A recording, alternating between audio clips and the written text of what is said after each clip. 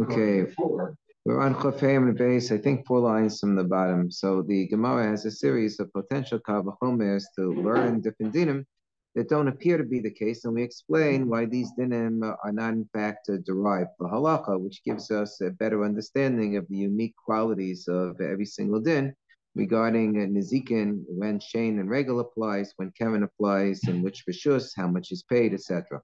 But to hey Shane, why don't we say that the Nizikin of Shane, of the animal eating, Beregel or trampling, should be Chayv Rishus Rabim when we say it's only Rishus Aniza? Why don't we say it would apply Rishus Rabim from Makavachomer from Karen? My Karen should Rishus Aniza, go on Chopay, I'm at base 25b towards the bottom. My Karen should Rishus Aniza, Gain Mashalim Melachatsi Nesik. Karen, if it's in the Rishus HaNizak, we assume, like the Chachamim, not like Rabbi Jaffa, that you'd only pay a Chatzi Nezek of damage, Rishus HaRabim Chayevis, but in Rishus HaRabim, nonetheless, you are Chayev, only Chatzi Nezek, but you Chayev. So Shein V'Regel, Rishus HaNizak, Mishalim Nezek Shalim.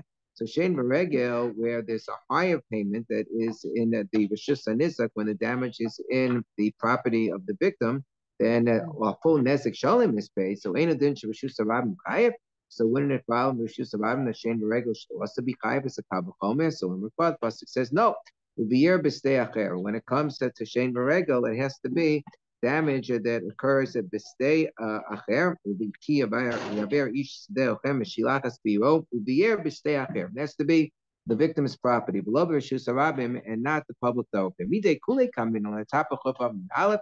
We're not saying to pay the full amount that would have been paid in Rishus HaNizak, but just the same amount that a Kevin. The damage of Kevin pays in Rishus HaRabim, which is Palga, which is Chatzi Nezek Kamina. So Amakra, no, because with respect to Karen, it says V'chatzues Kaspo, that when it comes to the Kesef of the Karen, of the damage which is caused by the horn of the animal and similar type of the damages, Kaspo Shel Zeblo, Kaspo Shel Acher. That it's only with respect to Karen that we would pay a Chatzi Nezek. When it comes to Shane and Regel, if there are any damages, it would be Nezek Shalim. And Nezek Shalim, as we pointed out from the pasuk B'yer B'stei Acher, is only applicable if it's the damage is done in the victim's property. Next question, the Gemara asks, Lote Shane Regel Chayevas Rishus HaNizak El Chatzi Nezek. So why don't we say then, maybe Shane and Regel from a Kavachomer should only be obligated to pay Chatzi Nezek even when the damage is done in the victim's property. Mikavachomer, from a Kavachomer. What's the Kavachomer? Thank you. Mikaren. Umar Karen Shibashus Rabim Chayeves. Karen, there is a chiyuv as we've established in the Rishus Rabim. Rishus HaNizak Eina Mishalemes El Chatzi Nezek. But nonetheless, we assume like the Shitas Chachamim that in the property of the victim, if it's in the property of the victim, so then then Karen would only pay Chatzi Nezek. So Shein V'Regel, Rishus HaRabim Putula. Shein and Regel don't pay anything in the Rishus HaRabim, so certainly they shouldn't have to pay more than Chatzi Nezek Rishus HaNizak. Ain't no din to Rishus HaNizak V'shalom Chatzi Nezek. We say no. Amakra. The Torah says explicitly. Then this is how we derive the law. This is which gives us an understanding, a pedagogical approach towards teaching the dinim.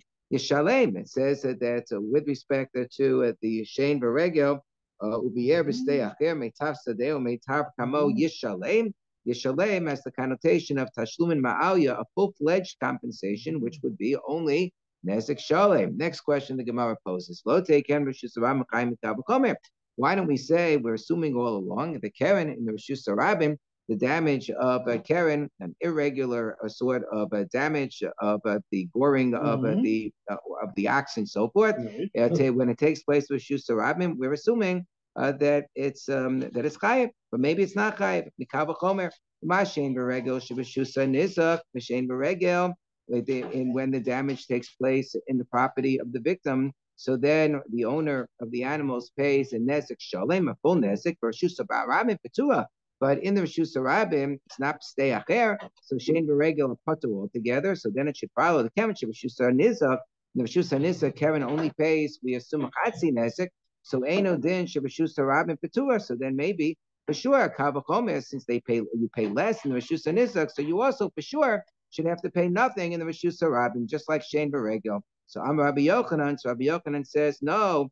Amakra, the Torah says, with respect to the damage that's caused by Karen, yechatsun. Ein chatzi nesek chaluk. It's an extra word, yechatsun. Yechatsun means v'gama sames yechatsun, that this is across the board.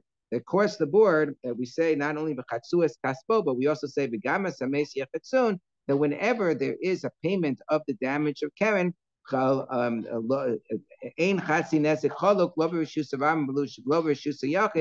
is no differentiation between Shusarav and Shusayakid. It's always going to be Yachatsun. It's always going to be a half price. Okay, next question. So why don't we say that if a man kills another man, that the killer should be obligated to pay kofar? Should have to pay the value of the person whom he killed? That's kofar. Machlokes, whether kofar is the value of the person who you killed or the value of the owner of the animal that causes the damage. Kofar is normally paid by a shor hamuad. If the animal is a muad and it kills somebody, so then the owner is obligated to pay kofar of this full value. So why don't we say that doesn't only apply to an animal, it's a muad, but maybe it should apply to a human being who kills? I come late with Rabbi no. So Rashi says maybe it would be a case of, for example, where there were no Adam. Let's say there were no Adam. So therefore, you're not going to put the person to death where he killed b'mezid, but there was no let's say there was no hasra. Let's say that they didn't give him hasra, so we know he did it, but there was no hasra. So if there's no hasra, he doesn't get put to death, and he doesn't go into golus. So let him pay a koper mikal b'chomer. Sure, the axe only pays the nezek. It doesn't pay when a human being causes damage. He also has to pay the four other types of damages of shar, tsar, and shevis, and ripoy, and boshes. So he has to pay these four additional damages. But it sure doesn't. Nonetheless, a sure, if it's a muad, is chayav b'kofir. So Adam is muad b'olam, of course. Shekayah b'advarim, who has to pay these four additional damages. Eino din she'eh chayav b'kofir. Certainly shouldn't be so that he for sure should be chayav b'kofir. So Amakor, no, it says with respect to kofir, in kofir yushas alav. V'nasan pidyon nafsho kechol asher yushas alav. Alav, it means alav with respect to the damage which is done by the axe. That's who the pasuk is talking about. When the axe that's a muad gores a person and kills him. Below aladim, but it's only alav on the shore that we impose a kofar. Seres akasa, we don't impose a kofar on a human being who kills another human being. Hey, sure, Kaya. I'm sorry.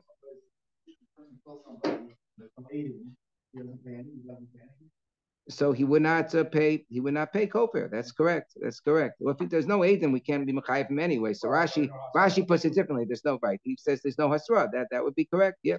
A sure should be chayav be'abad dvarim mikal v'chomer.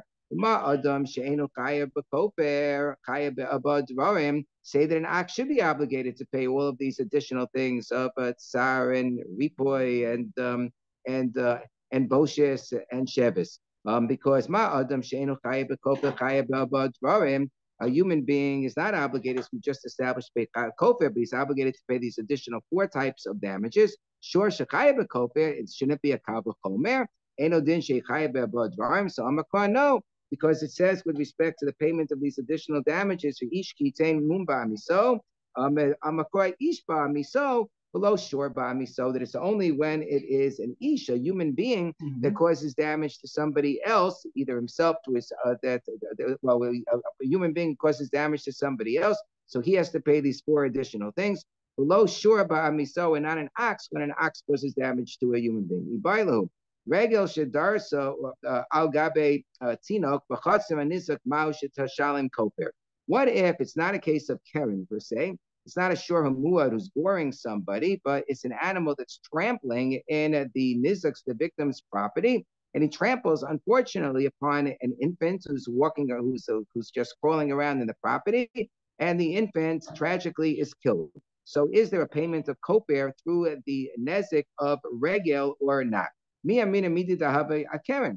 we say the same thing with respect to the damage of keren. Where Karen came into Ovid Treya Klasa Zimni Orchehu. Once an ox has gored 2 or 3 times, so already it becomes the regular pattern of that ox, so he's already a muad. and at that point the ox pays a kofer, mishan kofer if he should kill somebody. So hachinami lo shna, so regular already starts out as a muad, that an animal is considered to be somebody expected to trample in somebody's animal, somebody's property, somebody else's property, and therefore they basically start out as a muad, that they are habituated to do such a thing, and therefore lo shna, they should have to pay kofer if they trample a baby. Udilma Karen Kavanas Lahazik, maybe we say the Kevin is different because Karen, the person has in mind to cause damage, high in Kavanas Lahazik. But an animal that's just trampling in the normal course, that is something that they're habituated to do, but they don't have kavanah to cause damage the way that an ox does when it gores, for example, or kicks somebody. So tashma. So we can learn from the following. Somebody brings their ox into the courtyard of another person without permission. So that's already the shus hanizak, the victim's property. And the ox gores the owner of the property, umes, and the owner dies. Ashur beskila, the ox gets put to death.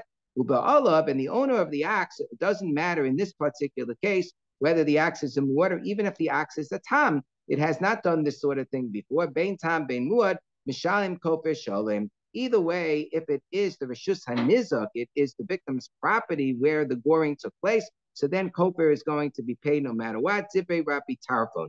That's what Rabbi Tarfon says. So kofer shalem betam the Rabbi Tarfon minale.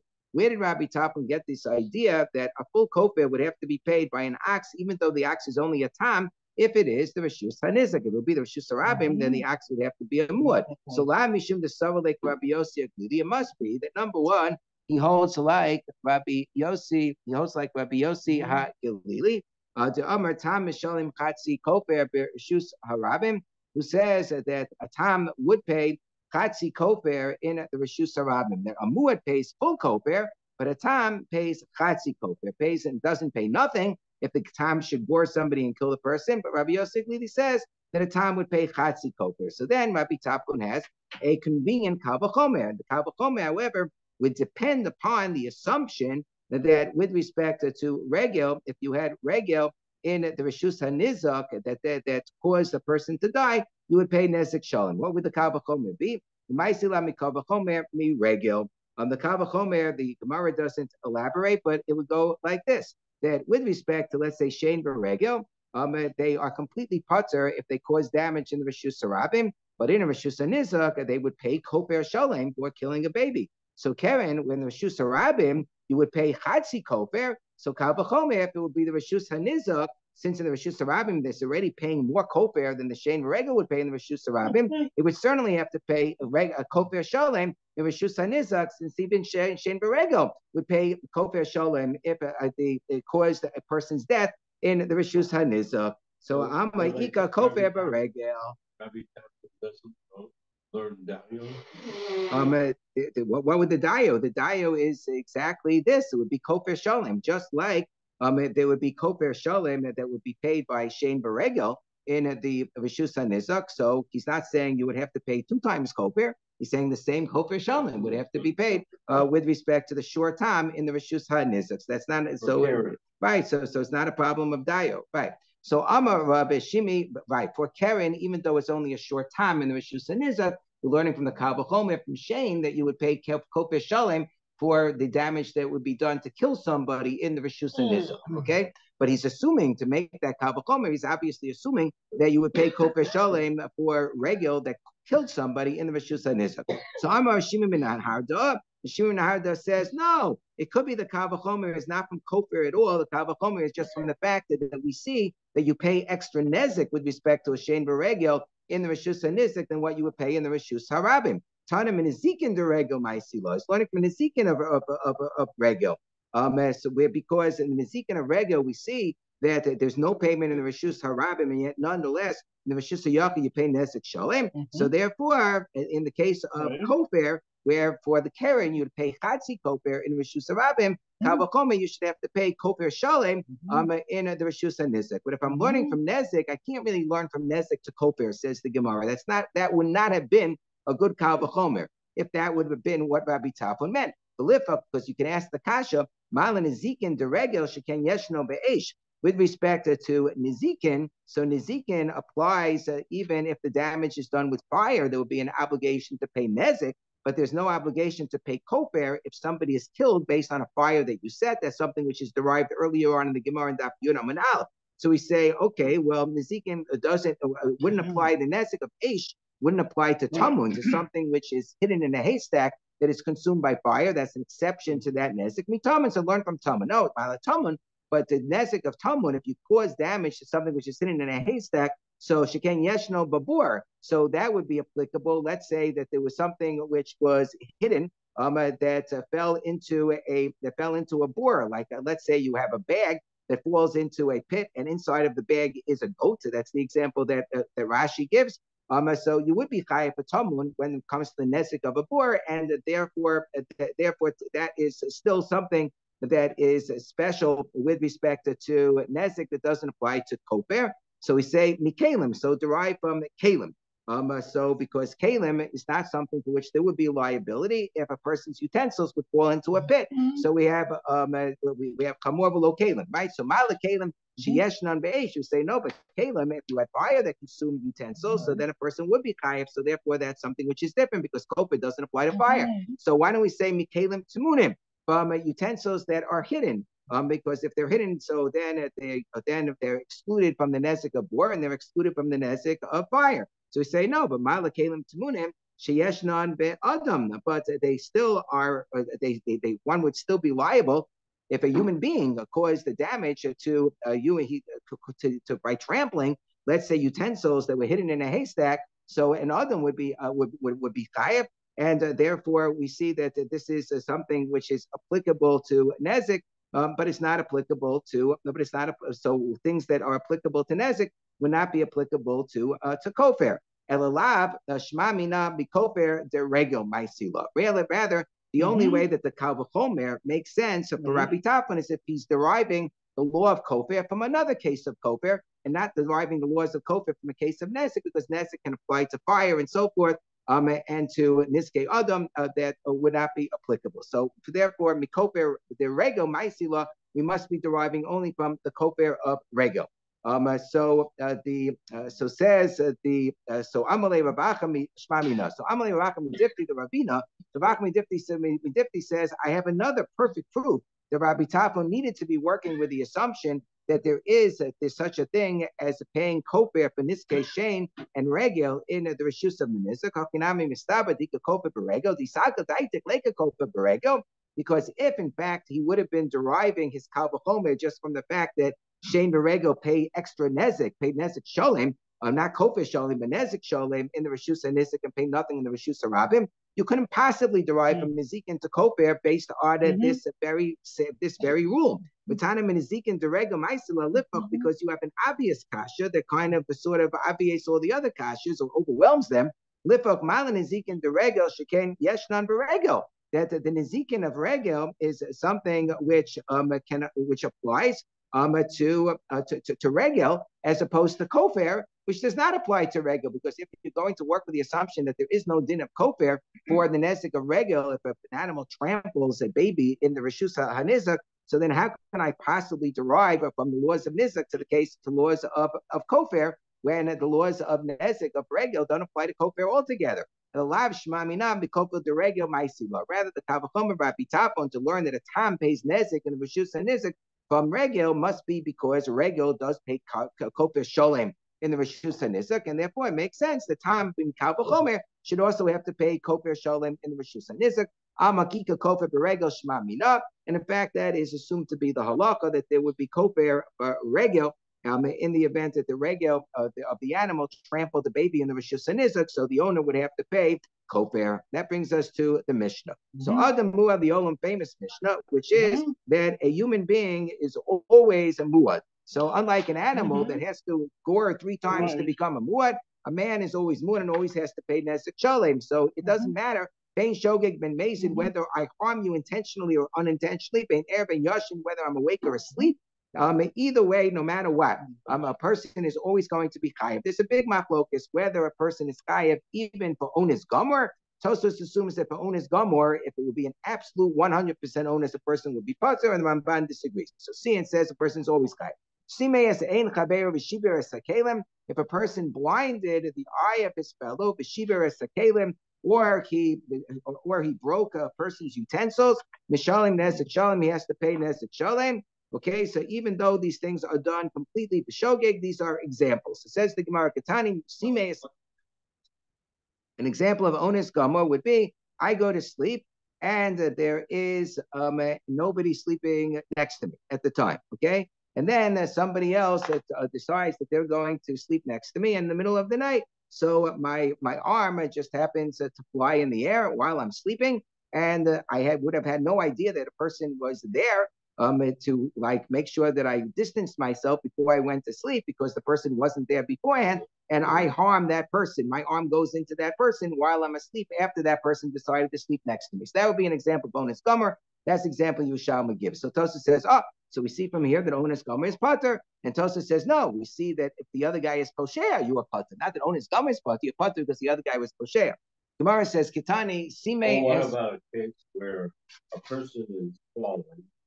They lift off the roof or something, there's somebody underneath, and he falls on top of that person. Right, so we have to, in every single case, you have to figure out, was the other person poshea, or is this a case where the other person wasn't poshea, according to the Ramban? You'd have to make that calculation. According to Tosfos, you have to figure, is this onus gomer, or is it not onus gomer? Is this a case where the person could have or should have taken more precautions in order to see to it that they not slip off the roof? Or is it something where it was just an absolute 100% onus? You'd have to make that judgment in every single case. So Gemara says, Ketani simeas ein chavero. If you blinded the eye of your fellow, dumya the sheeper as kalim, it's similar to breaking kalim. Mahasam nezek in abadvarim lo. Just like in that case, where sheeper as kalim, you would only pay nezek, but not the other 4 damages, because the 4 damages apply only to harm to human beings. Ab simeas ein chavero. So too, if you blinded the person's eye, nezek in abadvarim lo, you would not pay the abadvarim, because Rashi says the abadvarim, the additional 4 different types of damage that we spoke about, besides Nezek, were only paid in the case of Mazid or Karov Lamazid. Or it has to be Karov Lamazid, because it says Ki Ribun Anashim. If people are already involved in a fight, that's already Karov Lamazid. That's where you have these various rules of Ripoy and Shevis and so forth, but otherwise you would not pay them. Next page, for government base. Not immediately. How do we know the Nezek is chayav even if it's unintentional as a general rule? So it says that you pay a wound for a wound. Now, this is an extra expression. Already said kibiyah tachas kibiyah, chabura tachas chabura. Why does he have to say petza tachas petza? The chaybo ala shogeg kemezid. It means that even if the person commits unintentional damage, it's still chayba ones kiratzam, or even if it is completely accidental, as long as it's an ones gomer, as we said, is a maflokus, but certainly a regular accident person would be chayav for. So hami baile. No, but maybe I need Pesatachas Patza to teach me a different drasha that we derive from that verse, which is that even if you're already paying Nezek because you chopped off a person's arm, you're paying for their diminishment in value, you also have to pay for the tsar, for the pain that it caused them. So imkain, no. If so, that the petza bapatza, then it wouldn't have said petza tachas petza, my tachas petza. Shema Minatarti teaches me both rules, including the rule that you would pay even for inadvertent damage. If a person had a stone that was sitting in their chest on top of them, and they didn't realize that there's a stone standing there, but and they stand up and the stone falls, and it causes damage. So we say the person is chayav, even if it's an accident, the person is chayav. However, because of the fact that it was accidental, the person doesn't have to pay for it. If they hurt somebody, they don't have to pay for these 4 additional types of damage. Linyan Shabbos, in terms of bringing a korban chatas on Shabbos, it's not a melechas machsheves asher Torah. You have to know that you're doing something. You might not realize it's asher, you might not realize it's Shabbos, but you have to know that you're doing something. Here, the person didn't even know the stone was on him, so he doesn't even have to bring a korban chatas. Linyan galus potter. As far as galus is concerned, he doesn't have to go into galus because it requires a shagaga. But shagaga means that you were doing something that you knew that you were doing originally, and then you just forgot about it afterwards. Here, the person never knew that the stone was on him. Linyan eved. What about in terms of an eved? If the person accidentally in the process of the stone falling, he caused his eved to become blinded. In which case the Eved Knaini would go free. So we say that's a plukta Rav Shimon ben Gamliel for Rabbanan. whether the Eved would go free in this case, the Machlokes Rashbag and Chachamim, the Tanya Reishaya Rabba Rofe. For example, a case that what they argue about is, let's say that the master is a doctor, and the Eved said, go and color my eye, Basima, and that when the dye my eye, provide eyeshadow on my eye, and that this was something that the Adon did, and in the process he blinded the Eved's eye. Chassid Lishinai says, oh, please go and scrape a little bit by my tooth. The Pila and the Adon caused the tooth to fall out, accidentally, of course. So the Eved can let out a big laugh and go free because it doesn't matter, it was accidental. That's the Xeris Akasov. The Adon took out his eye or his tooth, so he goes free. No, it says only b'shichasa. The Torah says that it has to be in the process of the shichasa, the chavshi yishalkenu. It has to be in the process of doing a destructive act. This wasn't a destructive act; it was a healing act. Actually, in the shichasa. And therefore, according to the Rashbag, if it's an accident, the Eved wouldn't go free. According to the Chachamim, the Eved would go free. Let's say in the stone case, the person knew that there had been a stone, but then he forgot that there was a stone. And then he gets up, and again, the stone falls v'naflo. So the and Ezekiel, and again, for Nezek, the person is chayiv no matter what. As far as the 4 additional damages of Shevis and Tsar and Mipoy and Boshes, Linyan Daladvarm, he would be putter because it's a shogig. Linyan Golos, he would be chayiv. There's a difference in Golos in this case because this is a shkaga, because the person knew originally the stone was on him. Therefore, he would go into Golos if he forgot and he got up and it fell and caused somebody to die. Because it says the Makan Nefesh B'Shkaga goes to Golos, and this was a Shkaga. He had Yediyah originally that the stone was on him. In Shabbos, he would still be putter because it's still not a Meleches Machsheves. Linyan Eved, so he wouldn't even have to bring a Korban Chatas. Linyan Eved, Plukta de Rashbag Rabbanan. Linyan Eved, it's the same Machlokas Rashbag Rabbanan because in the end it really wasn't inverted. It wasn't Kabbalah Lahashkas. Niskaven Lizok Shtayim Zorak Abba, he had a stone. He intended to throw the stone 2 amos and he threw it 4 amos. So Linyan Zikin Chayev, because you always Chayev in a Zikin. Linyan Daladvarim, well, it went further than he thought it was going to go. So therefore, Putter, he's going to be Putter because it was not Mazid or Kabbalah Mazid. Linyan Shabbos, for Shabbos also he's going to be Putter because he only intended to do an action to throw something 2 amos and it went 4 amos, and that's not Meleches Machsheves. Meleches Machsheves, as it says in the Torah. The Ian Golos, when it comes to Golos, Asher lo Sada Marachmana, Pratlin Iskaben Lizog Shtayim Bizarak Dalit. It says Asher lo Sada, a person did not gang up on somebody, which indicates that it has to be, there are 2 different interpretations of Rashi, whether this means the person is Chayav Golos, or whether it means the person is a Putter Migolos. The second interpretation of Rashi is the one that's accepted by the Rama, more or less, that the person is a Putter Migolos, because of the fact that in this case, since the person did not have in mind, it says Rashir Lot Sada Prat Lemiskaven of the Pata Migalos the Hakim Ashba Shalot Sada Shalon Iskaven Letzadi Belizrok Etzlo Yonus Prat Lazeshet Sada. It's only when a person did not intend to throw anything that he would be Pata Migalos. That he would be Chayav Golos. It's Shaloni Skam L'Sadid Lizrok. But in this particular case, since the person really didn't intend to throw something, so you could say it's Karov Lemazid already. So therefore, he would be Pater Migolos. That's how the Rambam passes. Linyan Eved, it's still not a kavanah of him to have thrown it down. So therefore, be a plukta the Rabbi Shimon Gamliel of Rabbanan. According to the Rabbanan, it doesn't matter. The Eved would still go free, and not according to Rabbi, according to the Chachamim, the Eved would still go free, as I said. And according to Rabbi Shimon ben Gamliel, since there was no kavanah lahashkish, so the Eved would not go free.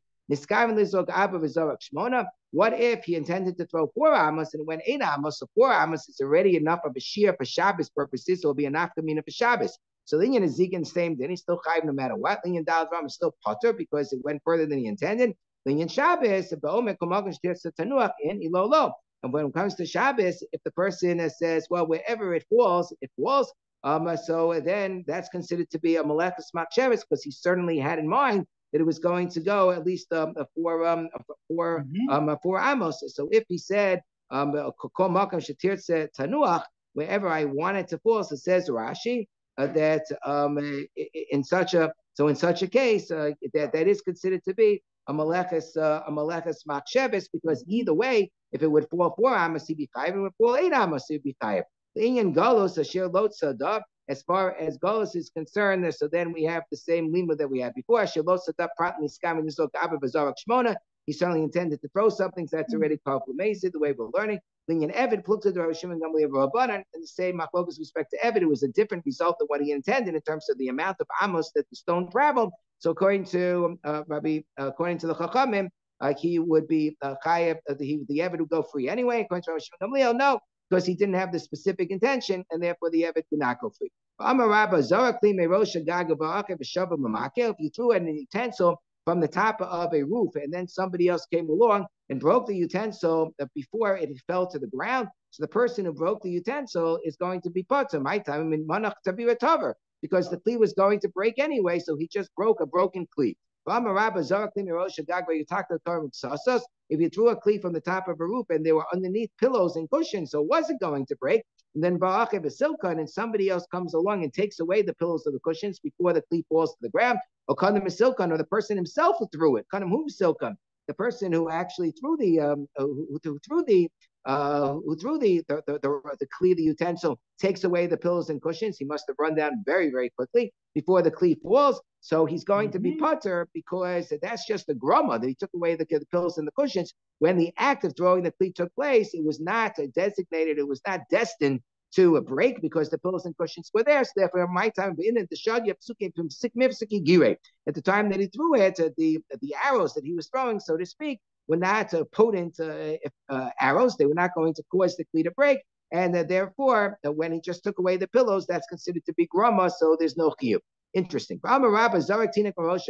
You threw a baby. That's a really bad thing to do from the top of a roof. And somebody else catches the baby, unfortunately not with a net, but with a sword, so the baby dies anyway. So the baby was going to die anyways. There's the person who caught the baby with a sword, they're effectively killing the baby. Is he chayav from killing the baby or not? That's a pluk to the Rabbi Yehuda ben Meseir Rabbanan. It's a machlokes. The Tanya Bryce says, let's say you have 10 people who kill somebody. Basara maklos with 10 different sticks, murder on the Orient Express. Whether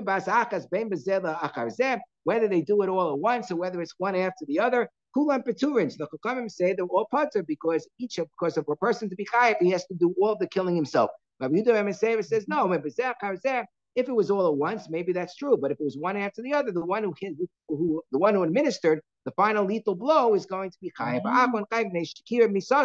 He's the one who actually caused the death to happen sooner than it would have otherwise. So therefore, that's the same thing with respect to this case. According to Rabbi Yehuda ben Meseir, the one who catches the baby with the sword would be chayav. According to the coming, wouldn't be chayav. We'll stop here. Okay. Have a great day.